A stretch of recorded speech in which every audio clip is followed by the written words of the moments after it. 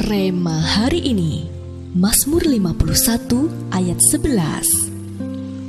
Janganlah membuang aku dari hadapanmu, dan janganlah mengambil rohmu yang kudus daripadaku.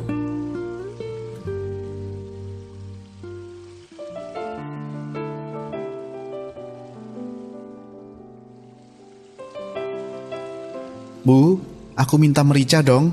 Ada tugas eksperimen dari sekolah, ujar Lena, seraya mengambil mangkuk di lemari dapur dan mengisinya dengan air. Sang ibu pun memberikan sebotol merica kepada putrinya sambil mengamati apa yang akan dilakukannya.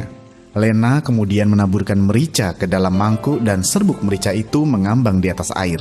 Lalu ia mencelupkan tangannya ke dalam air dan ia mendapati bahwa serbuk merica itu menempel pada jarinya ketika ia mengangkat tangannya.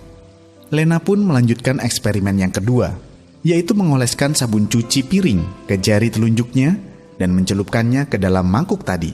Ternyata, serbuk merica yang tadinya tersebar di atas air, kini bergerak ke pinggir mangkuk. Berdasarkan eksperimen yang telah ia lakukan, Lena belajar bahwa eksperimen pertama, serbuk merica itu diam di atas permukaan air karena ditahan oleh permukaan air.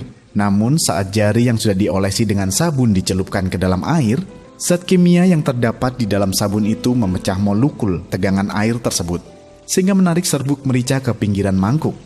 Berdasarkan percobaan sains yang dilakukan Lena, kita dapat menyimpulkan bahwa sesuatu yang kotor tidak dapat bersatu dengan yang bersih, sama halnya dengan dosa dan Roh Kudus. Dalam Yesaya 59 ayatnya yang kedua, karena sesuai dengan namanya, Roh Kudus adalah pribadi yang kudus, sehingga dia tidak akan bisa tinggal di tempat yang kotor. Namun banyak dari kita pernah secara sengaja maupun tidak sengaja berbuat dosa. Akibat kita tidak menjaga kekudusan kita, inilah yang mengakibatkan Roh Allah meninggalkan kita. Oleh karena itu, jika kita rindu Roh Kudus terus berkarya secara dahsyat dalam hidup kita harus terus berjuang untuk menjaga kekudusan kita. Mari kita pangkas segala kebiasaan kotor kita, mulai isi hari-hari kita dengan senantiasa bersekutu dan bergaul karib dengan Tuhan, sehingga hidup kita senantiasa dalam kekudusan dan Roh Kudus semakin dahsyat menyatakan kuasanya dalam hidup kita. Sudahkah Anda selama ini menjaga hidup Anda agar senantiasa dalam kekudusan?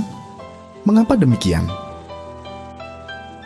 Menurut Anda, mengapa sangat penting untuk menjaga hidup kita senantiasa kudus? Setelah membaca renungan hari ini, komitmen apa yang akan Anda ambil untuk mengaplikasikan renungan hari ini?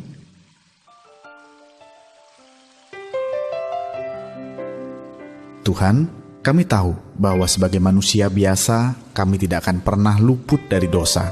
Kami sangat memerlukan Roh Kudus-Mu untuk senantiasa tinggal dalam hati kami, sehingga hidup kami senantiasa dalam tuntunan-Mu.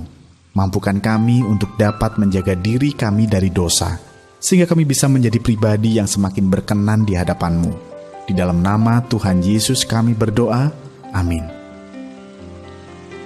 Jagalah hidup kita senantiasa kudus, supaya Roh Allah tidak meninggalkan kita.